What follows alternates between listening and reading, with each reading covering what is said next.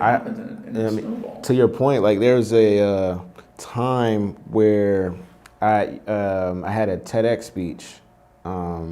It was probably like 2013 or something like that.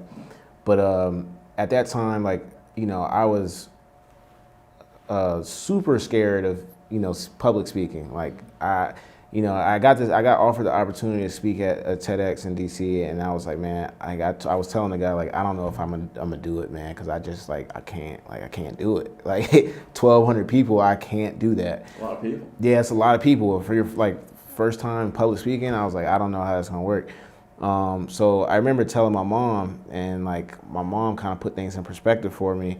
She was like, Jeremy, if I had those opportunities at your age, like there would be no question I'm doing them. And I was like, hearing that from my mom, I was like, I gotta do it now. Yeah. You know what I'm saying? Like I can't be no punk, you know? So, so I was in Atlanta, the speech was in DC, and I ended up, like, you know, it was like 2 days before, and I was like not going, you know, I wasn't going. I ended up like booking a plane ticket, going up there, and you know, creating a speech within a day, and then went on stage, and I bet the speech was about like how the social, you know, how Twitter impacts like the DMV area, and like, you know, slang and stuff like that, just like the little cultural things that are unique to just the DC area.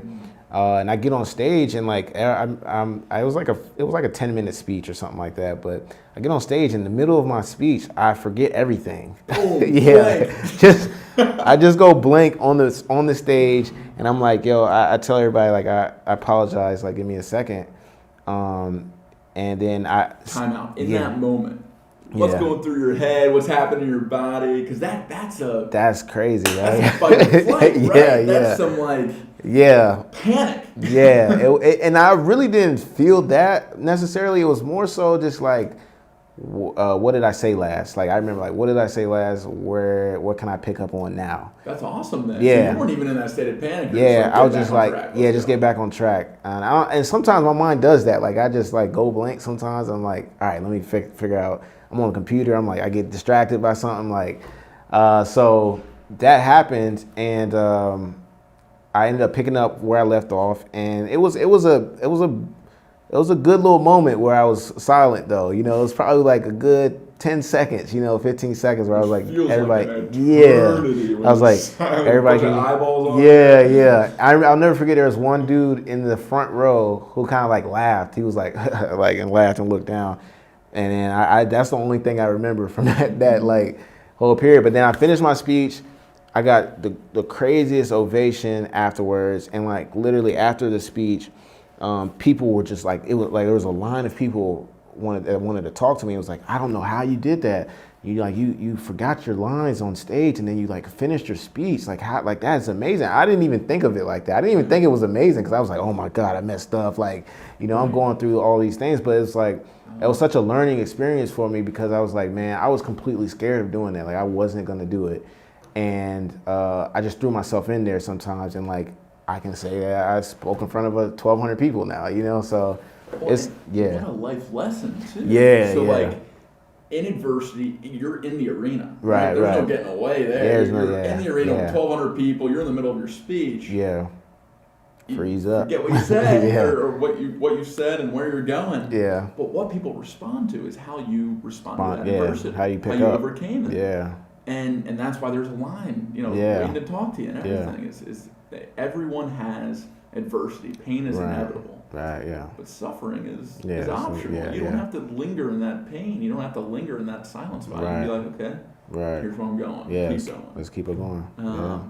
That's a really important life lesson. That's a cool moment, man. That's one of my highlights. Is that online? I want to see that. Nah, it's not online now.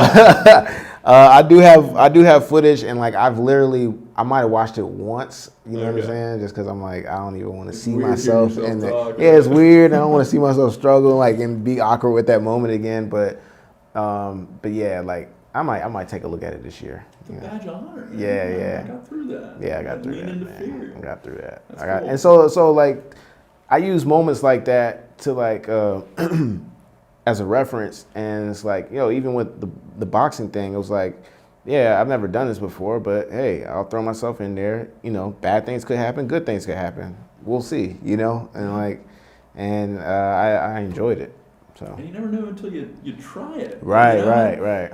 The things that eat at me the most are the things that I don't do. Yeah.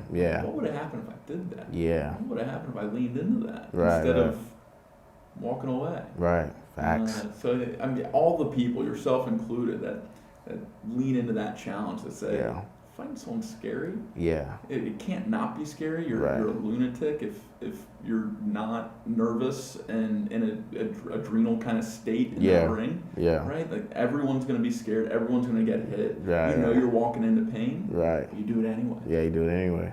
You do it anyway. Power, man. And those are my favorite people.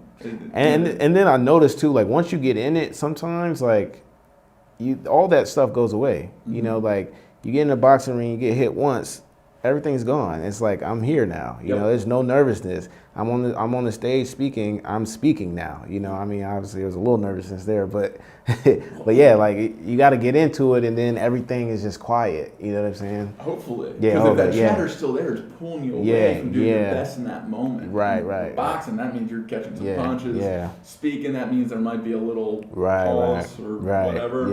Yeah. Yeah, for so sure. Being present is perfect. Yeah. How do you stay present?